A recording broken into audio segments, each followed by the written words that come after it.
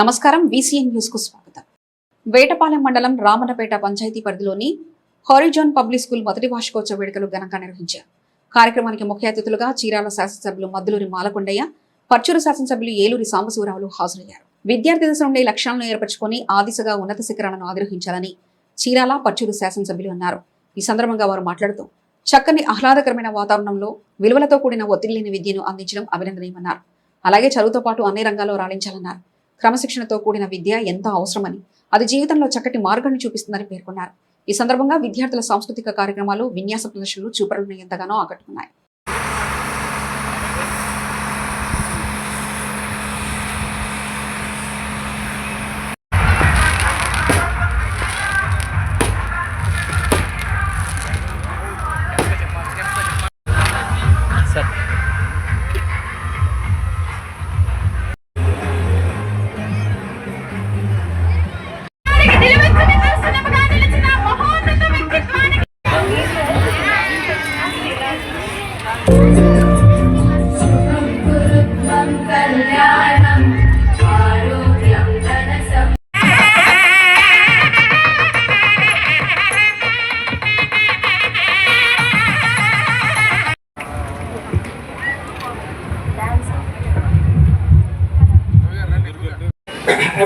Adapt చేసుకున్నాం ఇక్కడ.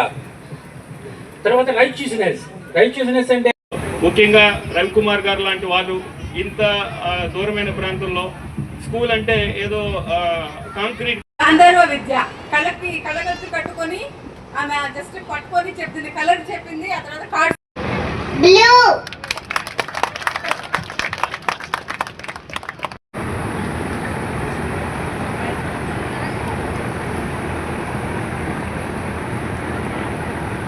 Yellow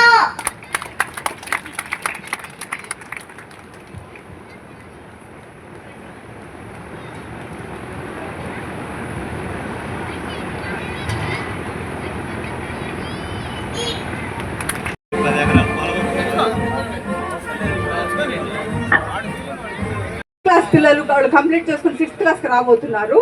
so వీళ్ళందరూ కూడా శుభాకాంక్షలు. ఈరోజు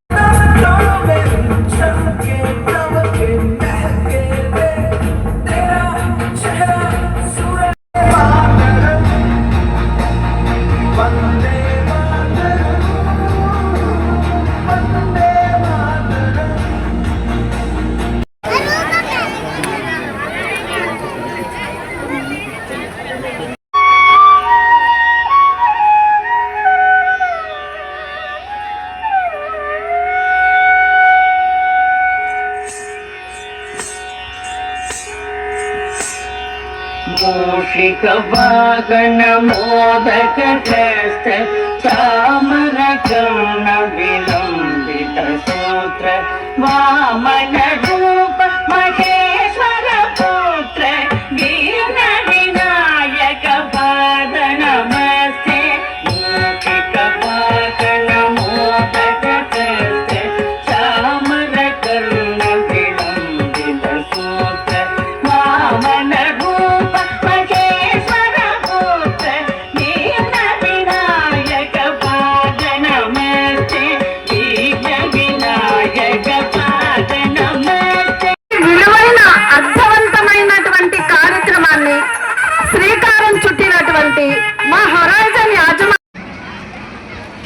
ఎమ్మెల్యే ఈనాడు మన ముఖ్య అతిథి పలానా బ్యాచ్ మీ దగ్గర మేము చదువుకున్నాం సార్ అంటే దాని మించిన సంతృప్తి ఇంకోటి లేదు. అందరికీ డబ్బులు అవసరమా ఉందా లేదా అనే దానికంటే కూడా, ఎందుకంటే నేను కూడా దాదాపు 25-30 ఏళ్ళుగా విద్యారంగంలో ఉన్నాను. అది వేరు ఇది వేరు. అది మేము ఒక ఏజ్ వచ్చిన తర్వాత మేము నడుపుతున్నాం. ఇది చిన్నప్పటి నుంచి వీళ్ళని ఎలాగా నడపాలి, ఈ పిల్లల యొక్క మైండ్ సెట్ ఎట్లుంటుంది, వాళ్ళ సైకాలజీ ఎలా ఉంటుంది, దానికి తగ్గట్టుగా ఇక్కడ ఉన్నటువంటి టీచర్స్ని ఎలా అపాయింట్ చేసుకోవాలి. మనం చాలా అక్కడక్కడ మనం వీడియోల్లో కూడా చూస్తుంటాం, గొడవ చేస్తున్నారంటే కొట్టడం.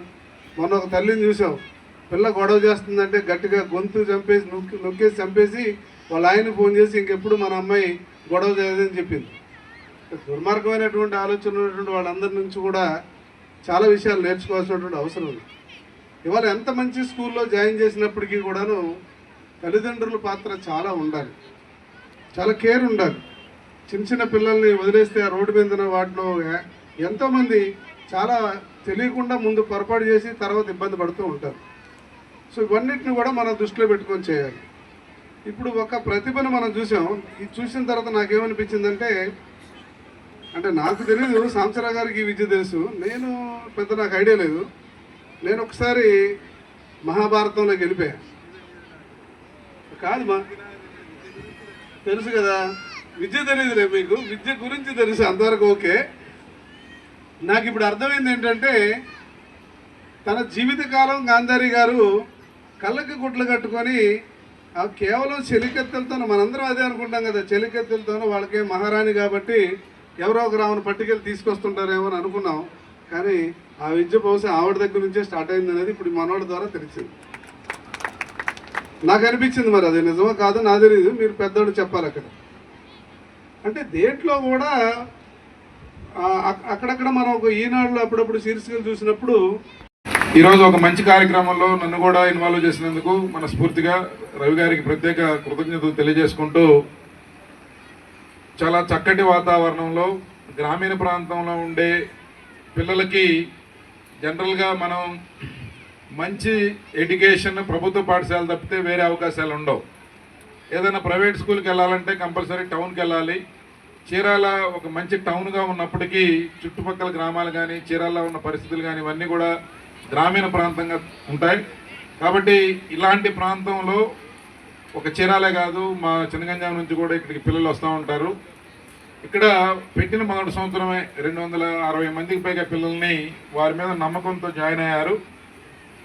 వారి నమ్మకాన్ని నిలబెట్టుకునే విధంగా చాలా చక్కగా ఈ యొక్క స్కూల్ని నడుపుతూ ఉన్నారు. వారికి ఉన్న అపారమైన అనుభవంతో వారి సతీమణి పూర్తిగా దీన్ని ఒక కుటుంబ బాధ్యతగా, వారి సొంత పిల్లల్ని ఒక పాఠశాలలో పెడితే ఎలా చూసుకుంటారో అదేవిధంగా పిల్లలందరినీ కూడా వారి సొంత బిడ్డల్లాగా ప్రేమ, ఆప్యాయత, అలాగే వారి యొక్క చదువు అంటే కేవలం మార్కులే కాదు, పిల్లాడి యొక్క ఓవరాల్ గ్రోత్, ఓవరాల్ డెవలప్మెంట్, ఆలోచనలో డెవలప్మెంట్, వారు ప్రవర్తనలో డెవలప్మెంట్, ఇవన్నీ కూడా ఆలోచిస్తూ చాలా చక్కగా ఒక మంచి సైన్స్ ల్యాబొరేటరీ పెట్టారు. అలాగే మ్యాథ్స్ ల్యాబొరేటరీ ఉంది. ఇప్పుడు ఏఐ ల్యాబొరేటరీ పెడతా ఉన్నారు. అలాగే ఐఓటీ ల్యాబ్ పెడతా ఉన్నారు. దీంతో పాటు పిల్లలకి ఇప్పటి నుంచే టెక్నాలజీని దగ్గర చేసి, టెక్నాలజీ అంటే భయం పోయేటట్టు, ఇంగ్లీష్ అంటే భయం పోయేటట్టు, ఇంగ్లీష్లో ప్రాపర్గా బ్రహ్మాండంగా కమ్యూనికేట్ చేసే శక్తి చిన్నప్పటి నుంచి ఆ పిల్లలకి అలవాటు చేయడం, ఇవన్నీ కూడా చాలా గొప్ప విషయాలు.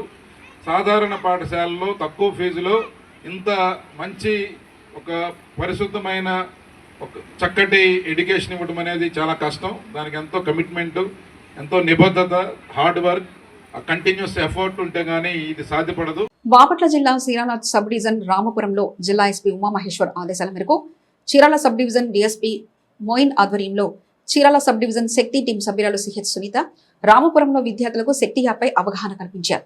ఈ యాప్ ఆపద సమయంలో ఏ విధంగా ఉపయోగపడుతుందో వివరించారు. ప్రస్తుత సమాజంలో జరుగుతున్న సైబర్ క్రైమ్స్ గురించి మరియు హెల్మెట్ ఉపయోగం గురించి, 18 సంవత్సరాలు నిండిన ప్రతి ఒక్కరు కూడా డ్రైవింగ్ లైసెన్స్ కలిగి ఉండాలని, అలాగే తప్పనిసరిగా హెల్మెట్ ధరించాలని, హెల్మెట్ లేకుండా వాహనం నడపరాదని సూచించారు. ప్రతి ఒక్కరూ హెల్మెట్ ధరించి తమ ప్రాణాలు కాపాడుకోవాలని శక్తి హెల్ప్ లైన్ నంబర్ 112-1098, 181, 1972, 1091 నెంబర్స్ గురించి తెలియజేశారు. అపరిచిత వ్యక్తులకు సెల్ ఫోన్స్ కు దూరంగా ఉండాలని, మన ఫోన్ నంబర్స్ ఎవరికి తెలపరాదని తెలిపారు. ఆంధ్ర రాజధాని అమరావతికి చట్టబద్ధత లభించడం గర్వకారణమని చీరాల నియోజకవర్గ తెలుగుదేశం పార్టీ అధికార ప్రతినిధి శ్రీ మద్దులూరి మహేంద్రనాథ్ అన్నారు. ఏపీ పునర్వ్యవస్థీకరణ బిల్లు 2026కు పార్లమెంటు ఉభయ సభలో ఆమోదం తెలిపిన నేపథ్యంలో చీరాల శాసనసభ్యులు మద్దులూరి మాలకొండయ్య ఆదేశానుసారం పట్టణంలో ఘనంగా విజయోత్సవ ర్యాలీ నిర్వహించారు. చీరాల బైపాస్ రోడ్ లో గల తెలుగుదేశం పార్టీ కార్యాలయం వద్ద గడియార స్తంభం సెంటర్ వరకు యువత నేత మహేంద్రనాథ్ భారీ బైక్ ర్యాలీ నిర్వహించారు. ఈ సందర్భంగా డాక్టర్ బిఆర్ అంబేద్కర్, ఎన్టీఆర్ విగ్రహాలకు, అలాగే మహాత్మా గాంధీ, పూలే విగ్రహాలకు పూలమాల వేసి ఘనంగా నివాళులర్పించారు. అనంతరం గడియార స్తంభం సెంటర్ లో ప్రధాని Narendra Modi, CM Chandrababu Naidu, deputy CM Pawan Kalyan చిత్రపటాలకు పాలాభిషేకం చేశారు.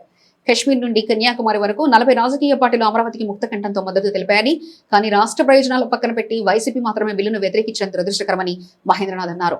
రైతుల త్యాగాలను అవమానించిన వైసీపీని ప్రజలు ఎప్పటికీ క్షమించరని మండిపడ్డారు. ఈ విజయం 5 కోట్ల ఆంధ్రుల ఆకాంక్షని, భూములిచ్చిన అమరావతి రైతుల త్యాగానికి దక్కిన గౌరవమని మహేంద్రనాథ్ కొనియాడారు. రాజధానిపై ఉన్న అన్ని సందిగ్ధతలను ఈ బిల్లుతో తెరపడిందని, ఇక అభివృద్ధి పరుగులు తీస్తుందని ఆయన ధీమా వ్యక్తం చేశారు. ప్రధాని మోదీ, హోంమంత్రి అమిత్ షాల ఆంధ్రుల పట్ల చూపించిన చొరవకు ప్రత్యేక ధన్యవాదాలు తెలిపారు. ఈ కార్యక్రమంలో కూటమి నాయకులు, కార్యకర్తలు అధిక సంఖ్యలో పాల్గొన్నారు.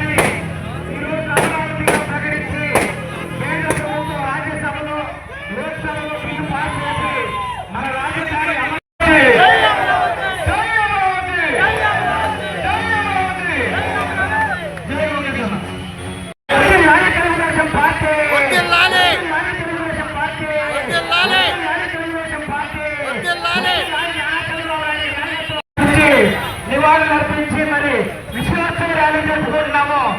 జోహార్ ఇండియా, జోహార్ ఇండియా, జోహార్ ఇండియా.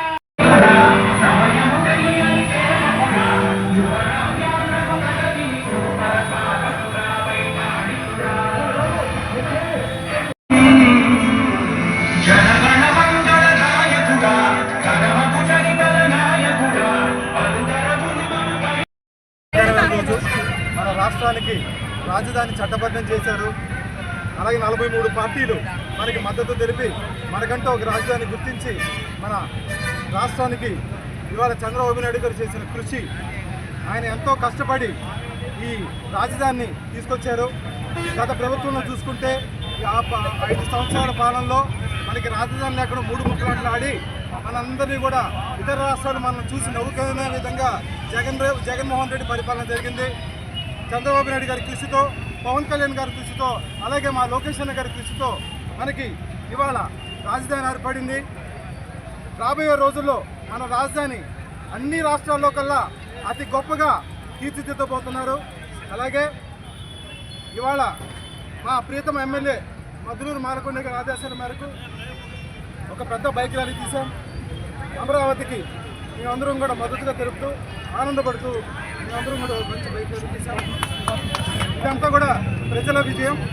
చంద్రబాబు నాయుడు గారు మనకిచ్చిన, మన ఆంధ్రులు ఎంతోమంది కోట్ల మంది ఆంధ్రులకి ఇచ్చిన ఒక గిఫ్ట్గా మనందరం భావించు చంద్రబాబు నాయుడు గారికి వందనాలు తెలియజేసుకుంటాం. గత 5 సంవత్సరాల్లో మనకి రాజధాని లేకుండా చేసి రాక్షస ఆనందం పొందిన సైకోకి ఇవాళ అమరావతిని చట్టబద్ధం చేయించి 43 రాజకీయ పార్టీలన్నీ కూడా మనకి మద్దతు తెలిపాయి. ముఖ్యంగా మన ముఖ్యమంత్రి నారా చంద్రబాబు నాయుడు గారు, మన లోకేష్ గారు, మన డిప్యూటీ సీఎం పవన్ కళ్యాణ్ గారు, వీరందరూ సమిష్టి కృషితో మనకి చట్టబద్ధం చేశారు. లోక్సభలో ఆమోదం తెలిపారు. అలాగే 3 ముక్కలాటగా పోయిన ప్రభుత్వం 3 రాజధానులు చెప్పి ఇప్పుడు కూడా సైకోలు పలుకుతున్నాడు. మాదిగా ఏం జరిగినా నాయనది బుద్ధి జ్ఞానం గురించి మాట్లాడడానికి ఒక బాగుపడాలంటే ఆనందపడాలి. ఒకటి కింద పరిశీలంగా రాష్ట్రాన్ని నువ్వు ఎగలేకుండా నీ పాలనలో కూర్చొని నువ్వు కబుర్లు చెప్పి రాష్ట్రాన్ని వెనక్కి తీసుకెళ్ళావు. అదే మా విజయనగరం లీడర్ నారా చంద్రబాబు నాయుడు గారు ఎంతో కష్టపడి శ్రమించి కృషి చేసి ఇవాళ మనకంటూ ఒక రాజధానిని తీసుకొచ్చి దానికి ఆమోదం తెలిపించారు. కాబట్టి కూటమి నాయకులందరికీ కూడా నా హృదయపూర్వక నమస్కారాలు తెలియజేసుకుంటూ, మీకోసం మీ కుటుంబం ఎదురు చూస్తూ ఉంటుందని దృష్టిలో ఉంచుకొని ద్విచక్ర వాహనాలపై ప్రయాణించేటప్పుడు తప్పనిసరిగా హెల్మెట్ ధరించాలని జిల్లా ఎస్పీ బి ఉమామహేశ్వర్ ప్రజలకు తెలిపారు. శిరోరక్ష ప్రాణరక్ష కార్యక్రమంలో భాగంగా జిల్లా ఎస్పీ ఆదేశాల మేరకు రోడ్డు ప్రమాదాలను తగ్గించేందుకు జిల్లా పోలీస్ అధికారులు తమ పరిధిలోని ద్విచక్ర వాహనదారులకు హెల్మెట్ ధారణపై విస్తృతంగా అవగాహన కార్యక్రమం నిర్వహించారు.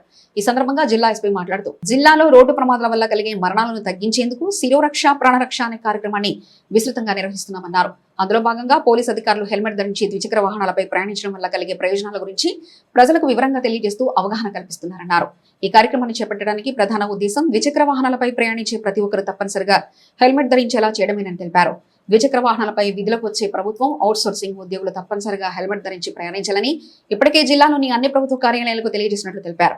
ప్రజలను రోడ్డు ప్రమాదాల బారిన పడకుండా రక్షించేందుకు పోలీస్ శాఖ తీసుకుంటున్న చర్యలకు ప్రజలు సహకరించాలన్నారు. ప్రతి ఒక్కరూ తమ కుటుంబాన్ని గుర్తుపెట్టుకుని ద్విచక్ర వాహనాలపై ప్రయాణించే సమయంలో తప్పనిసరిగా హెల్మెట్ ధరించాలని సూచించారు.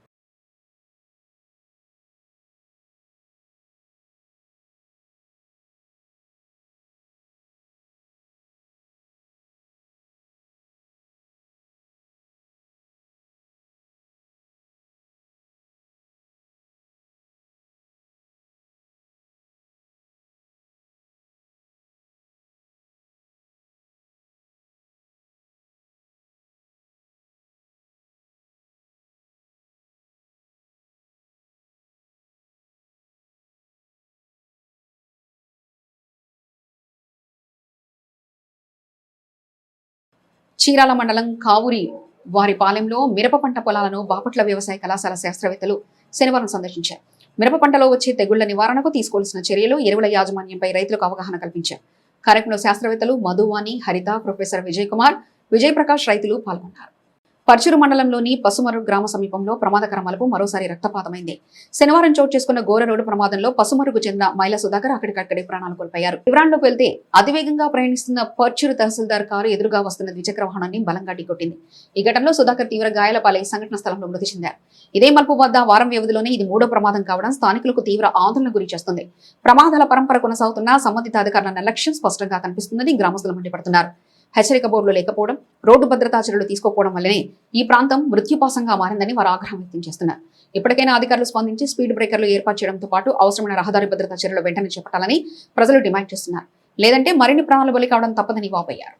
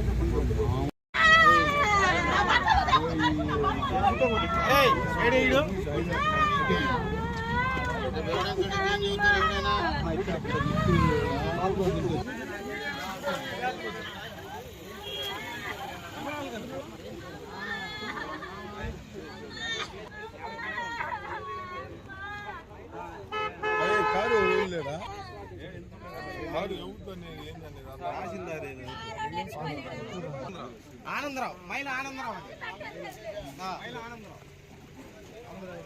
వాళ్ళ నాన్న పేర్లే ఎన్ని అడుగులు దాకా వచ్చాడు చూడు. Department లోడపోయింది department